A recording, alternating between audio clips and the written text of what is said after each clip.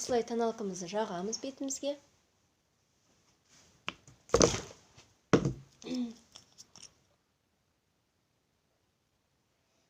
Екі түсті тонды араластырған кезде ортақ бір тон шығады бізде. Яғни орташа тон шығады.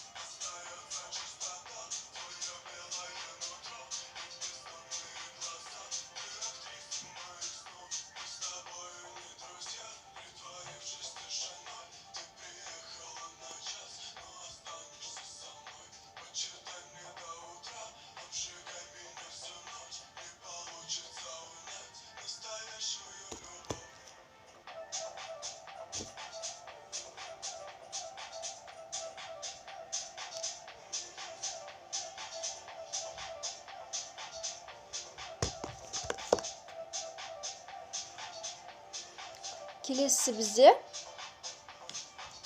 корректор. Корректор бізде мұрынның ұшын қырлайды. Және скулы дейді ғой.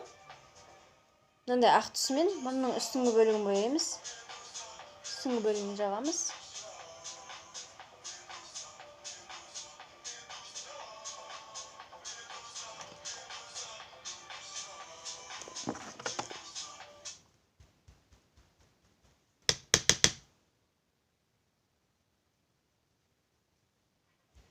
Скулы шығарамыз осылай, чуть-чуть. Және мұрынды қырлаймыз. Мұрынның екі жағын.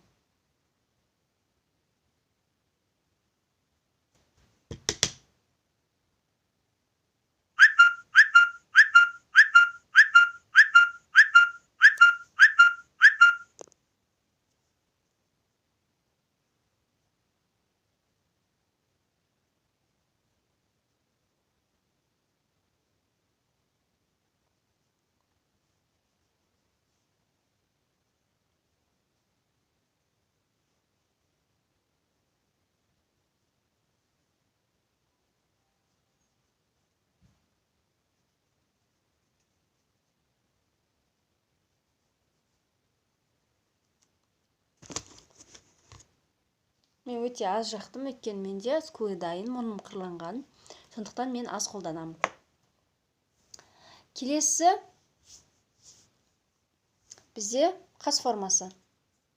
Қас формасын бояу үшін мынандай помадка деген болады, қасқа арналған. Осы арқылы қасымызды бояймыз.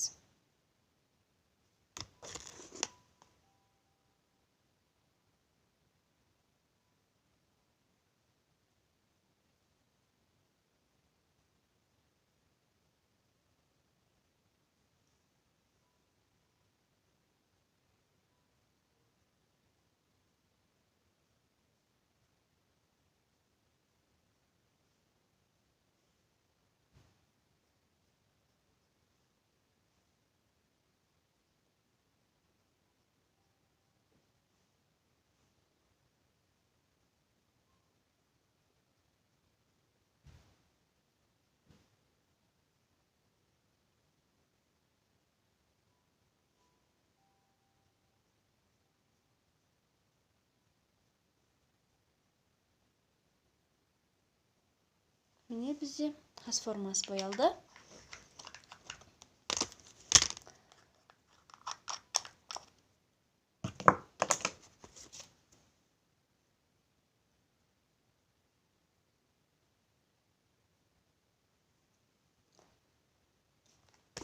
Келесі бізде пудра.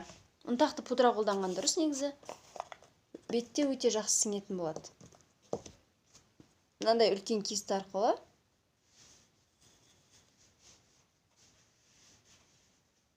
ұнтақты пудраны қолданамыз.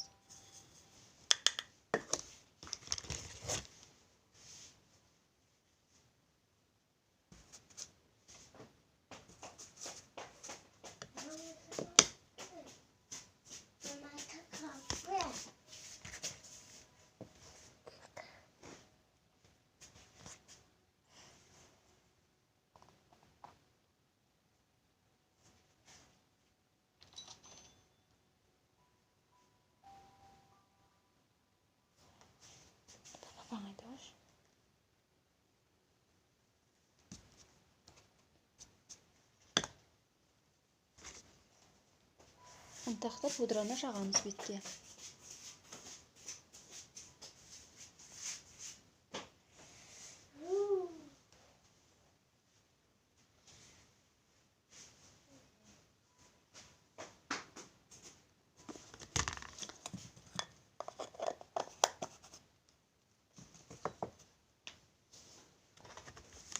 Міне жақтық. Келесі бізде көз. Мен қазір пигментті макияж жасағым келіп отыр. Сондықтан мынандай консилер арқылы жағам.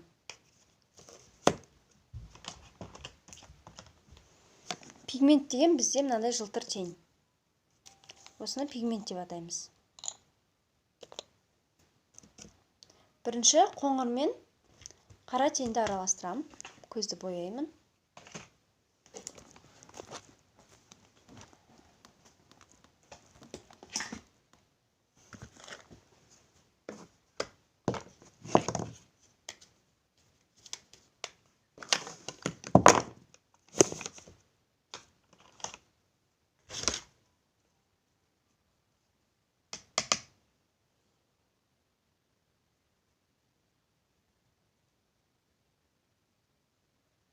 Соңғы жағынан бастаймыз.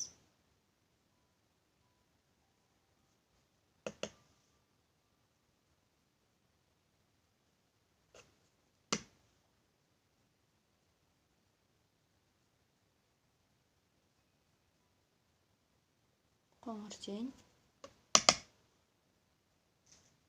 Енді растушевка жасаймыз. Мынандай кисть арқылы.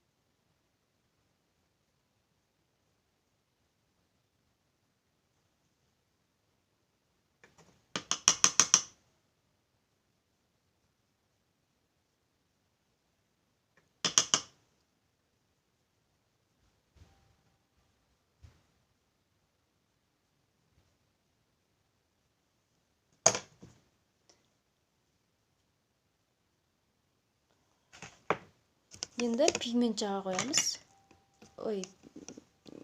консилер жағып қоямыз көздің алдыңғы бөлігіне.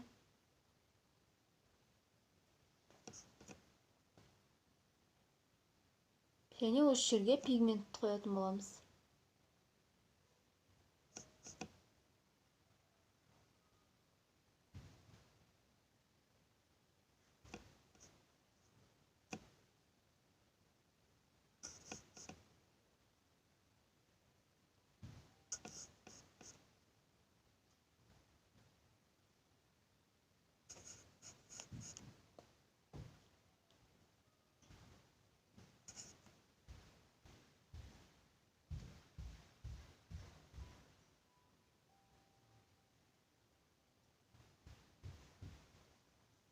Не майлы пигмент.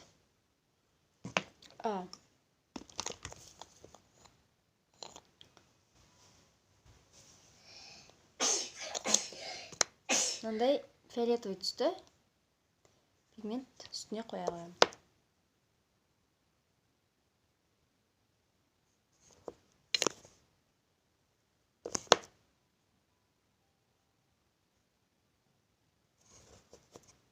Әртүрлі түсті болады пигменттер. Мен өзім осы фиолетовый түстін ұнатам.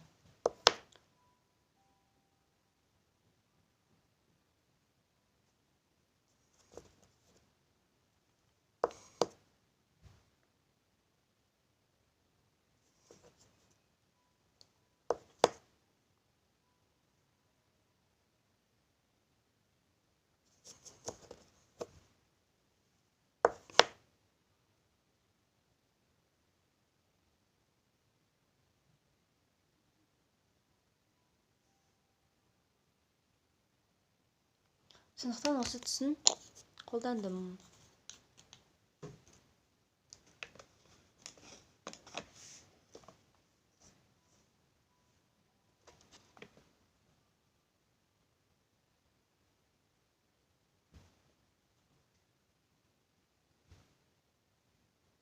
Өте қатты жылтырайтын пигменттер де бар. Қатты жылтырап тұратын прям. Өз қалауларыңызға қарай таңдай бересіздер.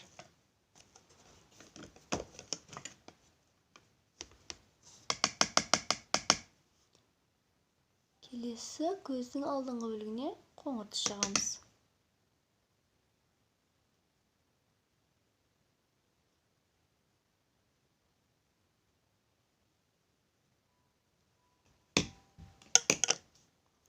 Және бізде подводка бар. Подводканы біз пигментке жақындатпауымыз керек. Жақындатып бояйтын болсаңыздар подводканы, ол пигментті ағыз жібереді.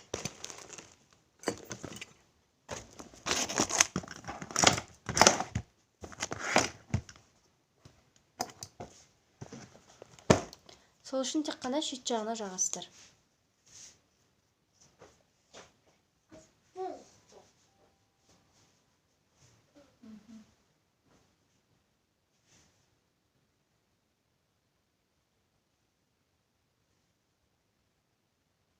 Не осылай ғана.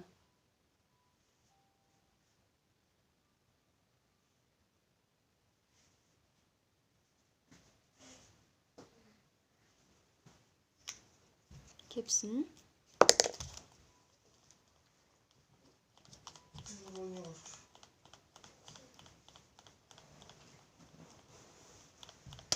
Ой. Тиіп кетті.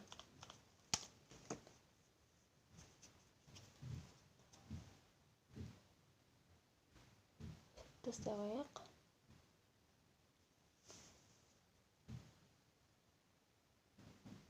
Көздің астыңғы бөлігіне кішкене тиіп кетті.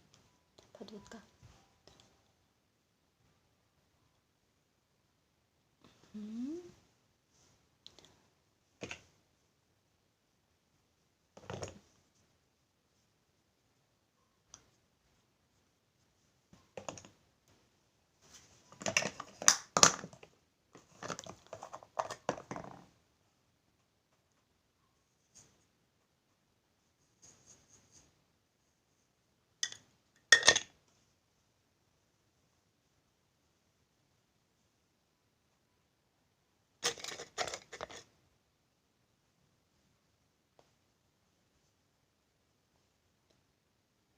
кебейін деп қалды подводкамыз. Келесі бізде көздің астыңғы бөлігін бояймыз. Көздің астыңғы бөлігін қара карандашпен немесе ақ карандашпен бояуға болады. Егер қара карандашпен боясаңыз, көз кішірейеді. Ал ақ карандашпен боятын болсаңыз, көз үлкейеді. Соны ескеріңіздер. Менде міне қара карандаш, ақ карандаш ұстау керек екен. Мен көзімді кішкене үлкейткім келіп отыр. Сондықтан ақ карандашпен бояймын. Ал қара карандашпен боясаңыздар, көз кішіретін болады.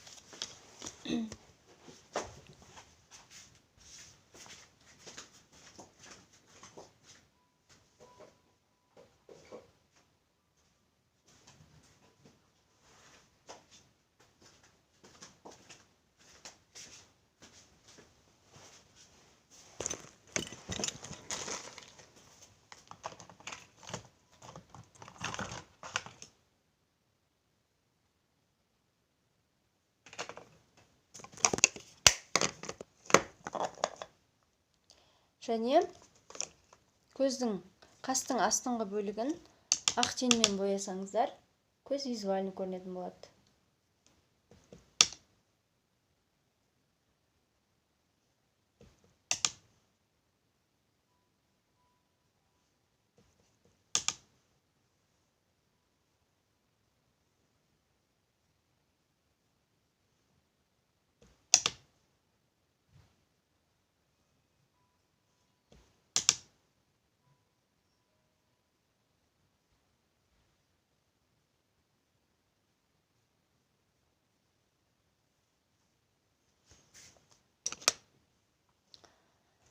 Және көздің астыңғы бөлігін үстіңгі бөлігіне қоңыр тен жақсаңыз, оған да қоңыр тенмен бояу керек. Көздің астын. Соны ұмытпаңыздар.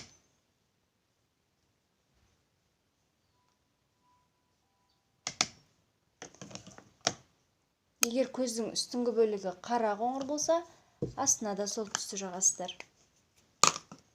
Бірақ негізі көбінесе қоңыр түсті қолданған дұрыс көздің астыңғы бөлігіне.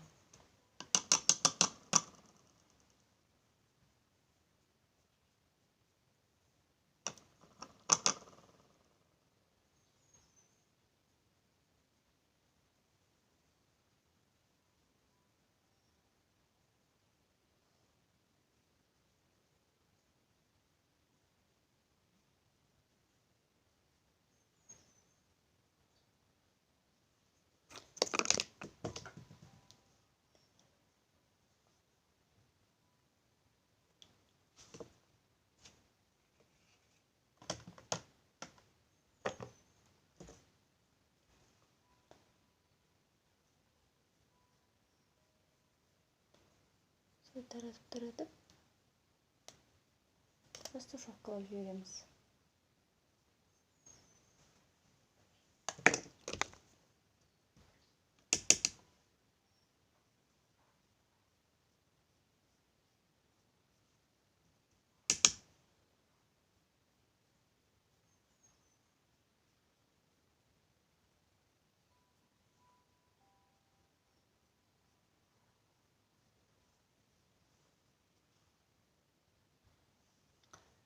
Міне пигментімізден кішкене ғана тағы қосасақ болады. Анық көрінсін десек.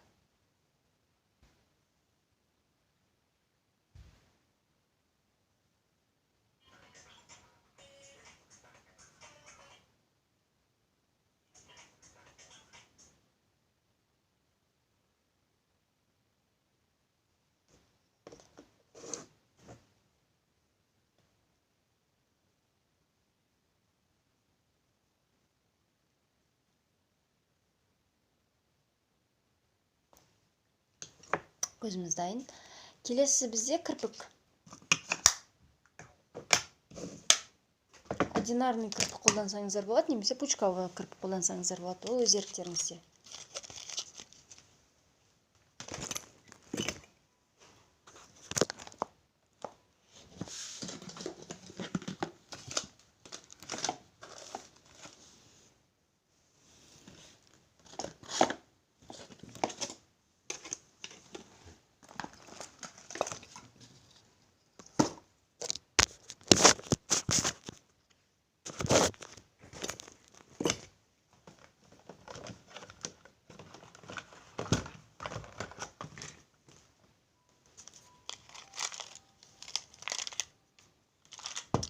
Пока кірпікті тапқанша мен ернімді бояй берейін. Еріндеріңізді бірінші карандашпен сызасыздар жан-жағын.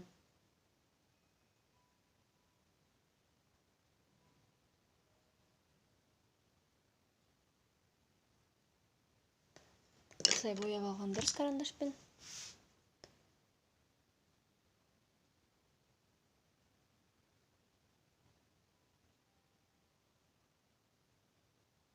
Үлкейтем десеңіздер, осы еріндеріңізден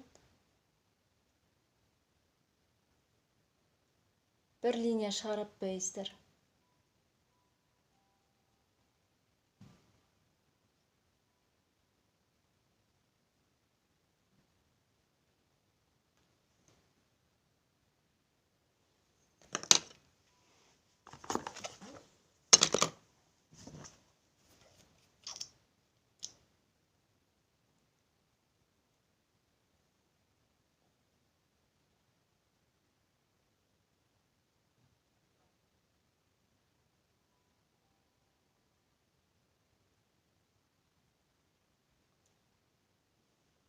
Не?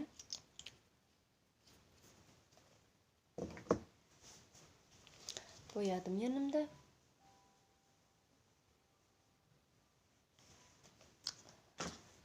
Келесі осы еріннің жан-жағын және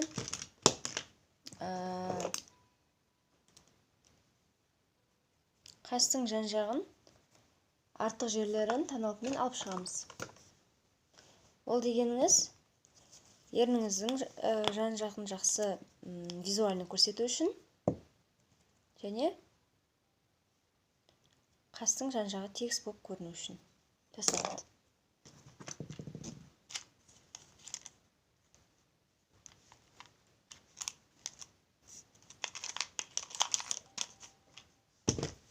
Осындай кішірек кисть аласыздар. Сосын мына таналқын аласыздар да. Жан-жағын осылай сызып шығасыздар, алып шығасыздар таналқымен.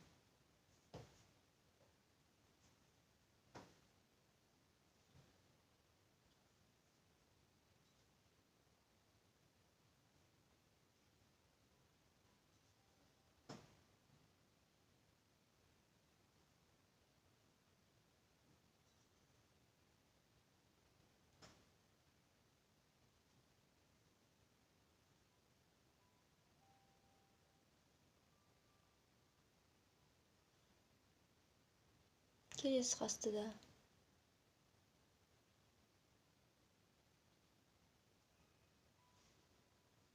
Астын осылай алып шығасыздар.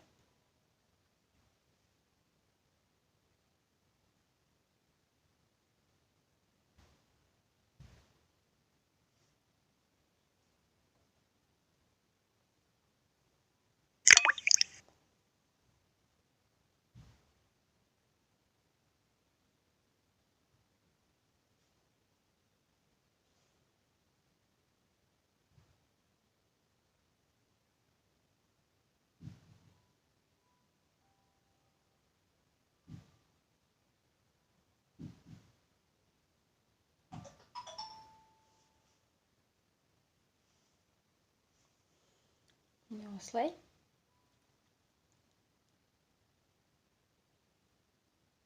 Және осылай ернің жан-жағын.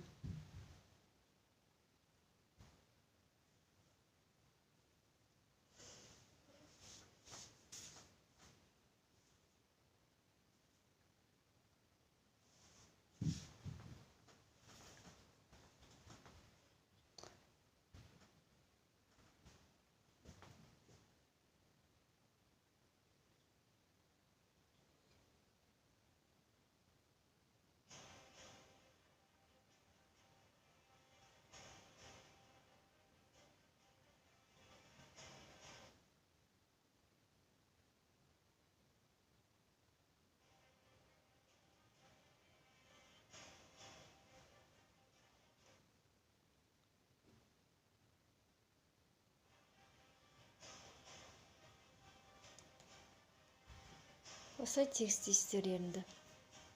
Және қасты.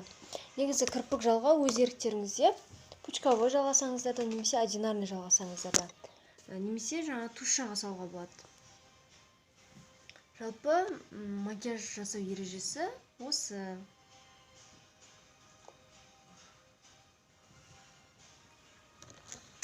Кірпігімді таппай отырған жайым бар. Кірпік жалғап көрсете салуым керек еді. Мына жақтан іздеп табудың өзі қай жерге кетіп қалды деп отырмын кірпікті. Қазір табылып жатса, міндетті түрде жалғап көрсетемін.